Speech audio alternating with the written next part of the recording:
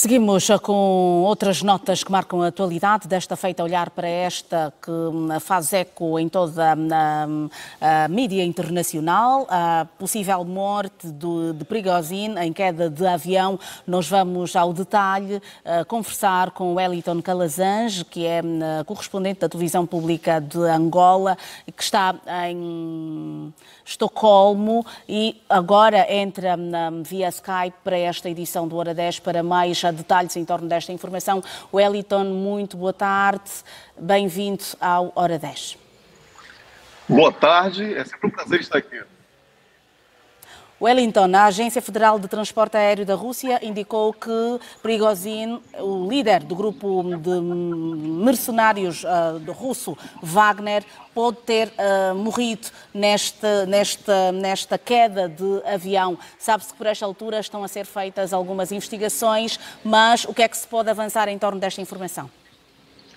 Podemos avançar que as especulações predominam em toda a imprensa, não só daqui dos países nórdicos, como de todo o mundo. Como você mencionou, é o tema que tem ocupado desde ontem toda a imprensa, internet, redes sociais, tem sido motivo de inúmeras teorias sobre uma possível morte do Prigozhin, que era o líder do grupo Wagner, e que agora, com esse episódio de possível morte, é a segunda possível morte dele em menos de 5 anos, em 2019. Ele foi dado como morto num acidente aéreo e apareceu depois vivo no Congo Democrático. Então vamos saber se ele vai voltar vivo depois de toda essa celeuma que está sendo divulgada, ou se realmente dessa vez será confirmada a morte dele. O certo é que as imagens disponíveis através das redes sociais, elas não permitem que tenhamos aqui uma conclusão sobre eventual falha técnica, possível bomba que teria sido instalada, ataque direto da defesa aérea russa, o que caracterizaria aí ou um erro ou uma estratégia de eliminá-lo, ou também um ataque com drones, que tem sido outra teoria levantada, especialmente pela imprensa, afeta as ações militares da Ucrânia. Então, tudo é muito ainda incerto e a lista de mortos contém realmente, a lista de passageiros contém o nome deles, mas não há nenhuma oficialização da morte, até porque tem que ser feita uma investigação de informações genéticas e outras coisas que, por causa da situação de um acidente aéreo, que normalmente é seguido de explosões e incêndios. Então, é tudo muito incerto e é tudo especulativo até aqui. Wellington, o que também leva a que digas que seja apenas especulação é justamente o facto, por exemplo, de o próprio Kremlin não se ter pronunciado até o momento? Também sabemos, David, que existe aí aquela teoria do golpe que não aconteceu e que teria sido liderado naquela oportunidade.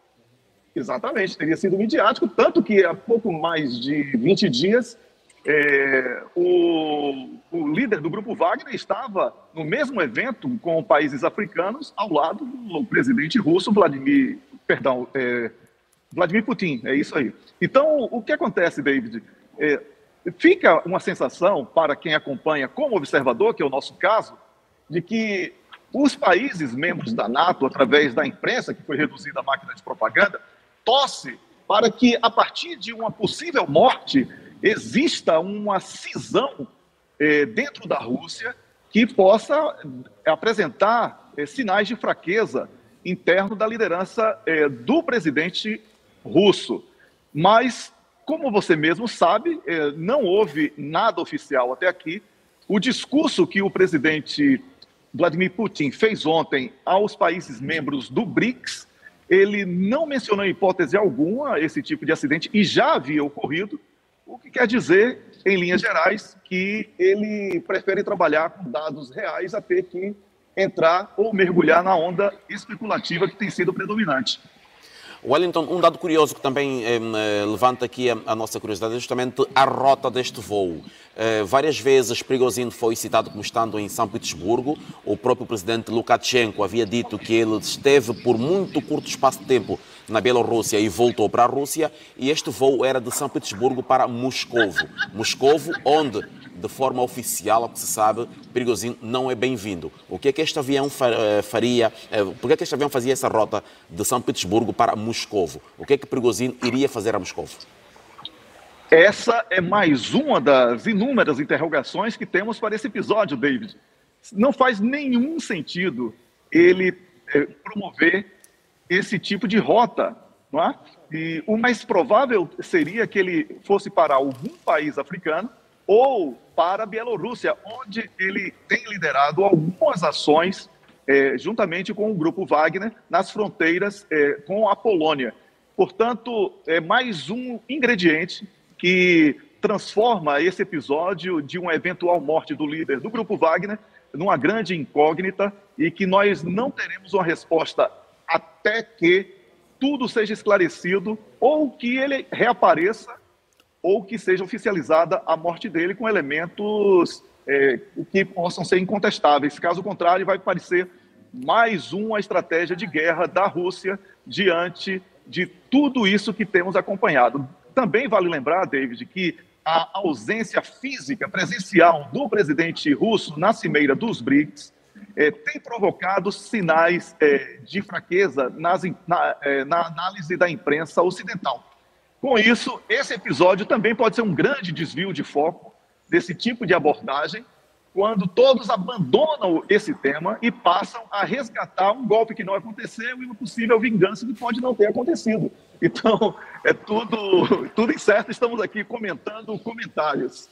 Wellington, neste voo, portanto, o manifesto publicado pela agência de aviação russa dá nota de que iam a bordo 10 pessoas, portanto, entre os quais 3 membros da tripulação e outros 7 passageiros. Há um outro elemento importantíssimo do Grupo Wagner, que era um empresário e também chefe militar e cofundador do grupo, que também consta deste manifesto de pessoas que terão morrido. Wellington, estamos aqui diante de uma situação, por exemplo, que mais do que teoria da conspiração, o próprio governo russo poderia também estar interessado no desaparecimento físico destas duas figuras, sendo que está em debate no Parlamento russo a legalização de grupos paramilitares, portanto, para a legalização do Grupo Wagner e passar a ser, de facto, controlado pelo Estado russo? Primeiro, que teoria da conspiração é a teoria de quem conspira. Segundo, que é preciso lembrar que o Grupo Wagner precisava ficar livre de um passivo, não apenas do ponto de vista do direito internacional, mas como também dos recrutados para as ações militares, porque as famílias daqueles que morreram ou ficaram gravemente feridos nas operações do Grupo Wagner já estavam levantando processos contra esse grupo que poderiam culminar com a dívida impagável. E se houver um sumiço físico deles sem a comprovação, não seria surpresa alguma se cada um deles aparecesse com o nome de José, João ou qualquer outro nome, mas sendo eles com documentos completamente falsos, o que ninguém poderia contestar no futuro se eram eles ou não, dependendo do grau de sotaque do idioma que estivessem falando. Então, David, tudo que nós estamos falando aqui, David, é bom que esclareça isso para o nosso público, e você conhece muito a minha forma de abordagem nos comentários, eu tento até dar um certo tom de leveza nas coisas.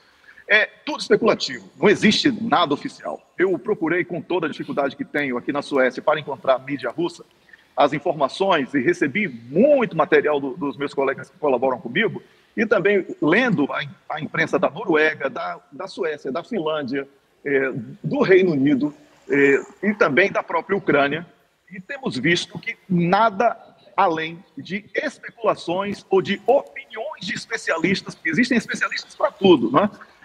Estão sendo comentados. Nós precisamos verdadeiramente de definições oficiais, porque aí sim o governo russo terá participado ativamente da informação e, nesse momento, é isso que vai ser levado em consideração por nós para uma análise mais concreta sobre o que realmente aconteceu. Wellington, a Ucrânia já reagiu à queda do avião, frisando que o que aconteceu foi um sinal do Kremlin para os opositores do Putin. Mas uma propaganda. Pode ter sido verdade da Ucrânia, mas também, se ele não morreu e aparecer, como aconteceu em 2019, o que é que nós vamos fazer com essa informação? Isso é uma análise do ucraniano tentando impor a sua narrativa. E é exatamente aí que nós precisamos fugir dessas interpretações, porque temos a França, temos o Reino Unido com serviços de inteligência manifestando opiniões longe de qualquer tipo de abordagem concreta. Precisamos de abordagem concreta e, nesse exato momento, não temos algo realmente definido, né, pelo governo russo para que possamos fazer uma abordagem precisa dentro de uma análise independente, como temos feito aqui no canal. Wellington, dando sequência aqui à nossa conversa, aproveitando a sua presença aqui no Hora 10, vamos querer o seu comentário também sobre a visita de Estado de Lula da Silva à Angola, que hoje se inicia. A visita do presidente Luiz Inácio Lula da Silva à Angola, ela reabre um canal que jamais deveria ter sido fechado e que, lamentavelmente, por um desastre da política internacional de Jair Bolsonaro, especialmente durante a vigência do mandato de Donald Trump nos Estados Unidos, as portas foram fechadas. E isso não pode acontecer porque Angola e Brasil são países irmãos.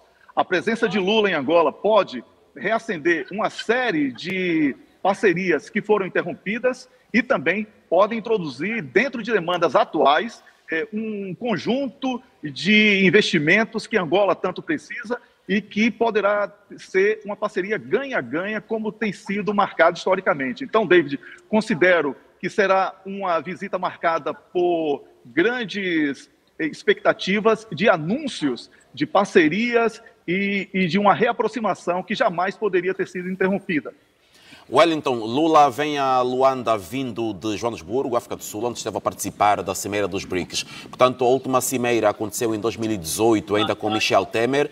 Depois, em 2019, não chegou a acontecer e veio a questão da Covid, que levou a que a reunião acontecesse de forma virtual. E agora, Lula da Silva volta à presidência do Brasil. Lembrou que nos seus primeiros 2 mandatos fez 14 viagens à África e agora o Brasil volta à arena internacional em grande com Lula da Silva à cabeça. David, qualquer coisa que fosse feita fora daquela agenda monocromática do Jair Bolsonaro tiraria o Brasil dessa impossibilidade de ser um país membro do planeta Terra, né? Ele praticamente encerrou as relações internacionais do Brasil mergulhando numa política exclusiva de Donald Trump, o que é um equívoco que o Itamaraty, pela escola, Itamaraty, que é o Ministério das Relações Exteriores do Brasil, pela escola que possui, pelo histórico que possui, jamais poderia ter aceitado ou colaborado.